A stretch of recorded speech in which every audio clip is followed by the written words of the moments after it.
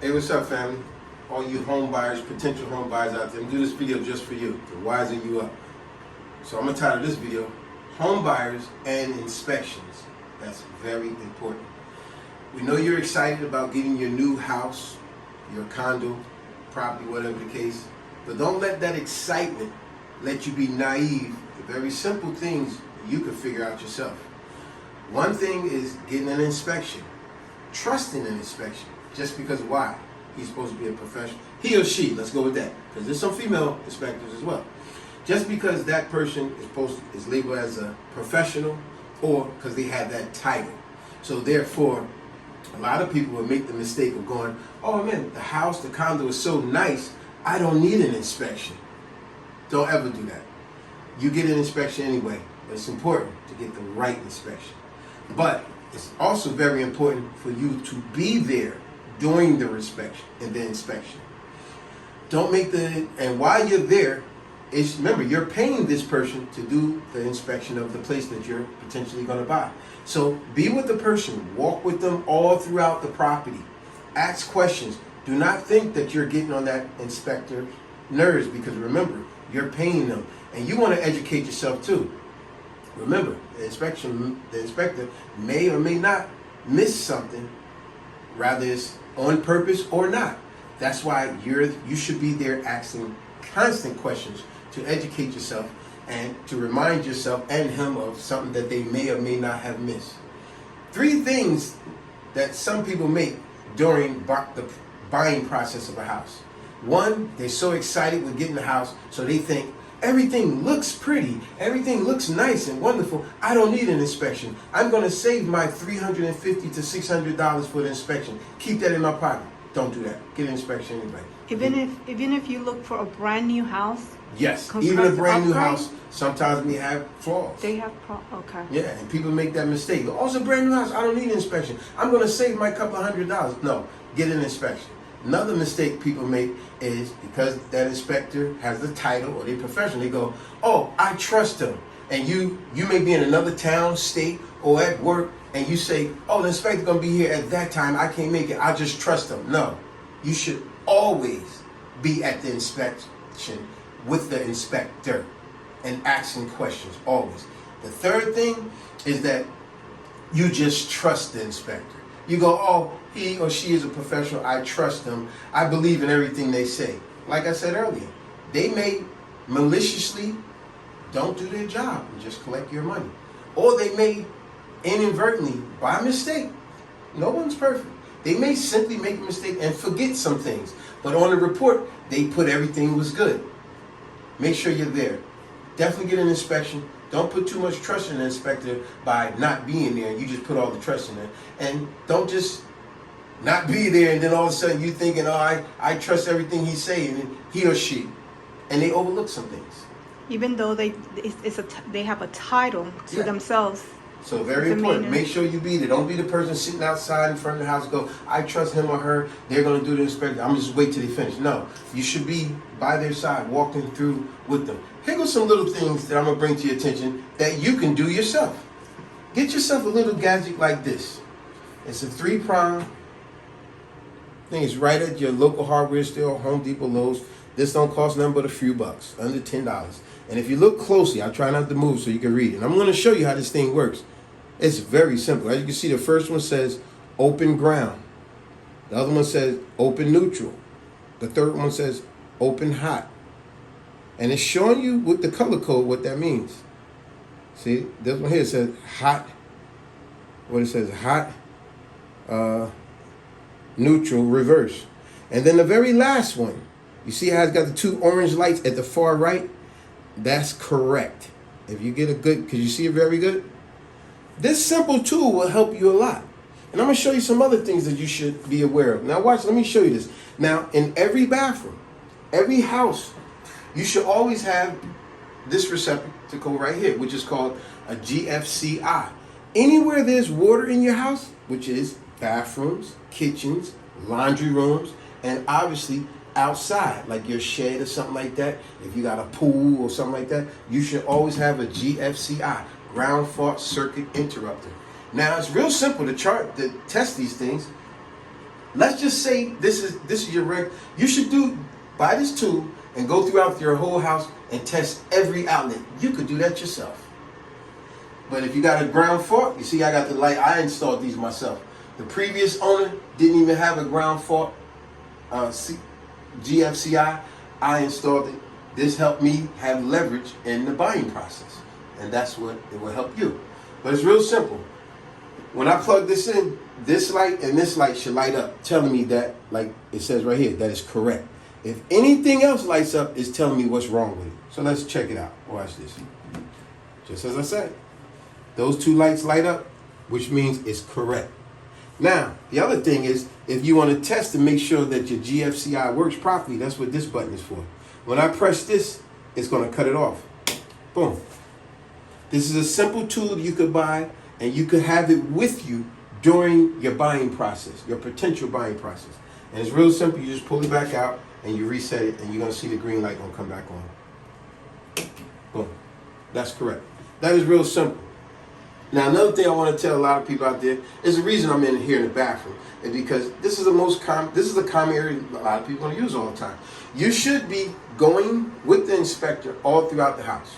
You should be cutting on the water, hot water, cold water. See how long it takes the hot water to get hot. That's something you should be checking. You should see how the water is running down nice and easy. You should be checking for simple things like that. Is there a clog or not? Does the water run down with a nice stream, or does it clog up? If it does, this is something you should be bringing to the report. That it might be a potential clog in there. You should have a nice flow like that. The water should get hot. All right. Your toilet. If you're moving from that side, your toilet. You should come here and you should shake this toilet. It should not be able to move off its pivot. You should check simple things like this. Once again, you want to do the same thing. You should flush the toilet, make sure it works properly. Look around the edge of the toilet, make sure there's no leaks. All around the edge, make sure there's no leaks. Make sure it's nice and firm, that it doesn't move. It should not be wobbling side to side. Even with your shower, you should cut on the shower. You should be in the drain as well. You should be checking that I have a nice steady flow. The tub. If your shower works, you got a shower as well. You should be cutting that on, making sure all that runs well. You should have a nice flow of water going down. You should look along the edges, see if there's any leaks of any kind, anywhere. These are simple things any and everyone can do. Now, if you come out here, this part right here, just imagine if I'm going through the whole house. Like I said, buy yourself one of these little tools. It'll help you with the electrical process. Now, these are not GFCI, but these are your regular outlets. Same thing you want to do with these. It is a 3-prong. Boom, boom, boom. You should get, remember what I told you, 1, 2 should light up, telling you it's correct. Anything else, you have the problem. Now watch this. 2 lit up. You should use this little tool to go through the whole house with or without the inspector, because this will help you to see that things are connected correctly. Now let me tell you something about electric. The thing with electric is a little different than plumbing with water, because you can have lines that's connected and it'll work. Just because it works does not mean that it's correct and it's right. Because there are plenty of times I've seen electrical outlets that are connected clearly wrong or don't have a ground. If it don't have a ground, this thing here light up. If it don't have a ground, because it's like old wiring, it's an old house and they didn't put a ground, or maybe the electrician was cutting corners. Maybe the electrician really didn't know what he was doing. Who knows? He or she, right? It's a number of reasons, but it may still work, but that doesn't mean that it's right. So definitely get yourself one of these little tools, and that will help you with the electrical process. But remember, the thing with plumbing and electric is just a little different. So, like I said, cut on the sink. See how long the hot water gets hot. See underneath if there's any leaks. Flush the toilet, run the tub, run the shower. These are simple things any and everyone can do. And it's part of your buying process. So definitely be there during the inspection. Do not negate the fact. Do not let it go through your head and go, oh, I trust the inspector. He's a professional, she's a professional. No, you'll be there and you definitely get an inspection. Do not pass just because everything looks pretty. You still get an inspection and you be part of the inspection process. just to continue, because I'm trying to make it too long, but I'm making it very helpful to that potential buyer. Now, we're going to continue with this here, right? Now, remember what I tell you. If this thing is just lit up right here, to tell you it's a ground problem. Now, watch this. A very easy tool to use. It doesn't take no electrician or experience, and you can read the things. Now, what does this tell me? If you can see there, it says if just the orange lights up in the middle, that means it's an open ground. Now, what does an open ground actually mean? But let me just explain it to you. That means that there's a 3-prong, see, 1, 2, 3, just like on here, 1, 2, 3. There's a 3-ground prong that is not properly connected or not connected at all. And why is that the case? Like I said earlier, it may be an old house. They didn't put the grounds in back then or whatever the case. The electrician maybe didn't know what he was doing, cutting corners, whatever the case is, but still, that is something you should say, hey, I noticed the outlet in my living room, my kitchen, in my daughter's bedroom, on the second bedroom, or whatever bedroom. You notice you have a chart, and you mark down with this little tool will help you with your inspection. And you say, I noticed the 2 bedrooms, it has an open ground. I noticed in the kitchen, there's an open ground. See? This gives Well, our daughter's condo, it was like that, right? Yeah, and we had to fix it because I do electrician, so I was able to figure that out, and that gave her leverage with the buying process. It ain't like you're trying to get over, folks. You're just doing the right thing. So now, let's come to the kitchen sink. What did we say before? Anywhere there's water, there should be a GFCI there. The previous owner didn't have that. A lot of these places, they have a garbage disposal and maybe a dishwasher. There should definitely be a GFCI here. However, there wasn't, you see? But they was telling me, oh, you don't need it down here in Florida. That's nonsense. You should always, wherever there's water, it is a safety thing to have a GFCI. So now we know this was a leverage part with the process of buying, the buying process. You should, once again, you should cut on your water. Test the cold water. Put it on hot. Make sure that the hot temperature is coming up. Underneath, you should always check to see, do I have any leaks under there? Now, just because you don't see a leak does not mean necessarily that there are no leaks. A very important other video of mine I would tell you to check out is called Plumbing Leaks and How to Fix Them. I think it's called Plumbing Leaks. Plumbing and Fix Leaks or something like that. What I explained in that video is just because the water is running and you don't see no leaks and you put your hand under there and you even put a paper towel and there is no leaks, that's possible. But the reason I'm telling you to check out that other video of mine called Plumbing Leaks and How to Fix Them or something like that. The reason I'm saying that because unlike electrical could be wired wrong, but it still work. Whereas plumbing, you'll know when there's a problem, but not necessarily. See, you could run the water, even in your shower. You could run the water and there won't be no leaks until, like that video I'm talking about, plumbing leaks, right? Is when you fill the sink up, now there's pressure. And now when you pull the drain and you let the water run all out at once, now the pressure will show you a true leak or not. If you release with all that water in, now we got gallons of water. And now when the water go down, that's a true test. Just running the water, you won't know. I remember one of the properties we owned back in the days, the second floor, they would take showers all the time, like most people, and it never was a leak. Never was a leak. We got new tenants upstairs. They love to give their little kids baths. All of a sudden, downstairs was having a leak. And we was like, what's going on? We don't understand. The leak was right here.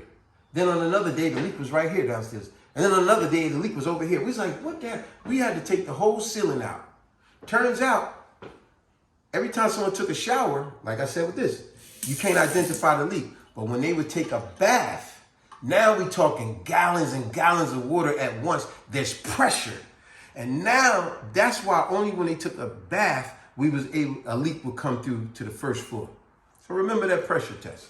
Let's move on to something else. Like I said, go throughout the whole house, press this in all your outlets. I have a question. Sure. How about the stove? I mean, you have gas and you have electric. I was just getting ready to get to that. Thank you. Yeah. Right here, as you can see, we have an electric stove. Remember, this is part of your potential buying process, part of your inspection. Right here, we have an electrical stove, has an electrical outlet, unlike your regular outlets for specific power ampage for the stove. However, make sure that you should pull this stove out. Don't think that, hey, remember, you're in the buying process. You should, during the inspection, you pull this stove out and you look behind it, make sure that the wire is not frayed or ripped and stuff like that. If you live in an area where you got a gas stove, we know with the gas stove, it is very common to see that yellow flex line. That gives you maneuverability with the stove or your dryer. If you have a gas stove, make sure, this is a very important thing to know. Make sure that flex line is just in back of the stove and it's connected to the piece that go into the wall. That flex line, 100% should not go in the wall, behind the wall. Because you gotta look at this line. It's a flex line. If someone drilled a screw in the wall and punctured that flex line, you got a gas leak and cause a major damage right there. Possibly fatality. The reason I'm bringing this up, when we helped our daughter get her condo, that's exactly the issue she had. These people had put a flex line, and the flex line went in the wall and along the wall all the way down. That's illegal. You can't do that. So what you're supposed to do, the proper way, you're supposed to have black pipe. So I had to, that gave us leverage in the buying process. We was able to bring that up, and I do the plumbing, so I fixed it for her, but we told her it's gonna cost such and such. So we was able to get a lower price on that as well. She had a bunch of outlets that weren't ground. We was able to use leverage with that. It's nothing about trying to get over. It's doing the right thing. So remember that. Move your stove. Check sure that the wiring is not ripped or something like that. Make sure that the flex line, if you got gas, it is not going in the wall. There's a black pipe coming out of the wall. Now I can connect to it, but it should not, that whole flex line should not be in the wall and behind it. That's illegal. That is something that should be brought up in the report. Same as for your dryer. You should not see a flex line going in your wall and around and all that. It should not be happening. So like I said, other things you could do in an inspection is, like I said, take this little cheap tool, check every last outlet and write it on your report. What is the case? It's telling you what, it's showing you and identifying everything, each one you plug in, what is the issue, if there is an issue. Remember, with a gas stove, you have a flex line, it should be connected to a black pipe that's in your wall. The yellow flex line should not go in your wall.